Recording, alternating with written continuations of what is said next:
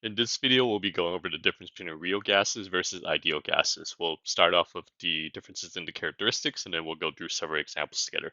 Let's start off with the characteristics of an ideal gas. Ideal gas molecules, they do not attract each other, which just means that if you have like two gas molecules and they get closer to each other, they're not going to interact with each other. They're just going to bounce off. They're definitely not going to condense. That just means that the gas molecule, the gas will not become a liquid and it will not condense into a solid because the gases aren't going to be sticking to each other. The individual gas molecules, they do not take up any volume. So if we have a container of gas, the volume of the gas is mainly due to the volume of the container. The individual gas molecules, these they are not going to add any volume. Let's contrast that with real gases. Real gas molecules, they do attract each other. So that's why in reality, gases are able to condense into a liquid if we increase the pressure or decrease the temperature, because the gas molecules will attract each other, get closer to each other until it becomes a liquid state. And individual gas molecules, they do take up volume, and that's because gas molecules are matter, and all matter takes up volume and contributes mass.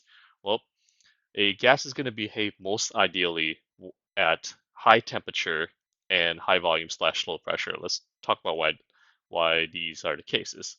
The gas is going to behave most ideally at high temperature because at a high temperature, then the gas molecules are going to be zipping past each other. They're not going to be able to spend too much time close to each other, so that minimizes the amount of attraction that the gases feel with each other. Remember, ideal gas molecules, ideally, they don't attract each other. So no gas is perfectly ideal, but the gas will be most ideal, is able to behave most ideally when the temperature is really high because it minimizes the amount of attraction the gas molecules can feel with each other. Gases are also most ideal when the volume of the container is high and the pressure is low because, well, let's say we have a container of a smaller volume and then a container of a much larger volume, and we'll have just a single gas molecule here and a single gas molecule here. So in terms of the absolute volume, both these individual gas molecules take up the same volume, but relative to the container, this takes up a larger percentage of the overall volume compared to this molecule. So at a higher volume, it's almost like the individual gas molecules, they aren't as important, so it's almost like they're not taking up as any volume. It's just the volume they contribute is much smaller. So at a higher temperature and higher volume, it allows the gas to meet these criteria as best as it can to behave the most ideal. So just remember, gas is most ideal at high temperatures and high volume slash low pressures. Lastly, Ideal ideal pressure is higher than real pressure, and ideal volume is lower than real volume. Let's start with the bottom one. Remember, individual gas molecules, they actually do take up space. So that means that the real volume is going to be larger than the ideal volume because the real volume takes into account the volume that the individual gas molecule contribute. And then the ideal pressure is going to be less because since the gas molecules are attracting each other, it's going to cause them to hit the walls of the container less. So then that'll lead to lower pressure. So just think real volume is greater and real pressure is less. Okay, now let's take a look at some example problems. And all this will make a lot more sense after taking a look at these problems. So this first question is asking us, under what condition is the following gas the most ideal?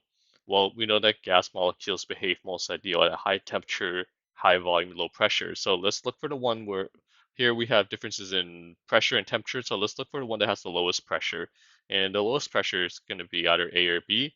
And then let's also look for the one that has the highest temperature. So between A and B, B would be the answer because that's the lowest pressure and then the highest temperature.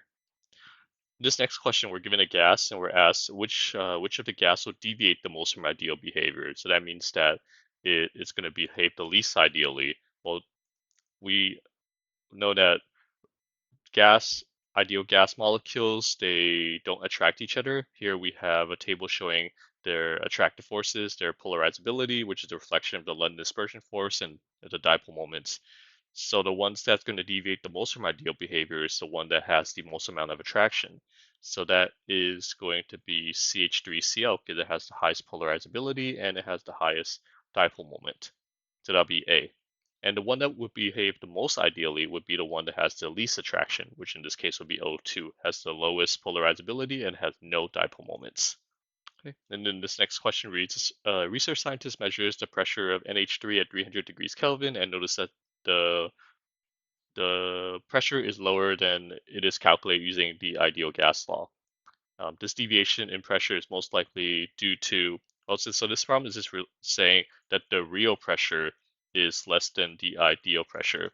And we mentioned that earlier, that the real pressure is less than the ideal pressure because the gas molecule, they do attract each other, and this attraction will decrease the amount of collisions, the number of times that the NH3 molecules will collide against the walls. So this is all due to the attractive forces of the gas. So then the answer would be D. If you want to learn how to ace chemistry, if you want to learn what's the best way to study for this class, if you want to learn some neat tricks and tips to take into your exam and do better on them, then you should head over to my website and get this free guide, 12 Secrets to Acing Chemistry. You can head over to www.conquerchemistry.com/chemsecrets. I'm going to include a link in the description below.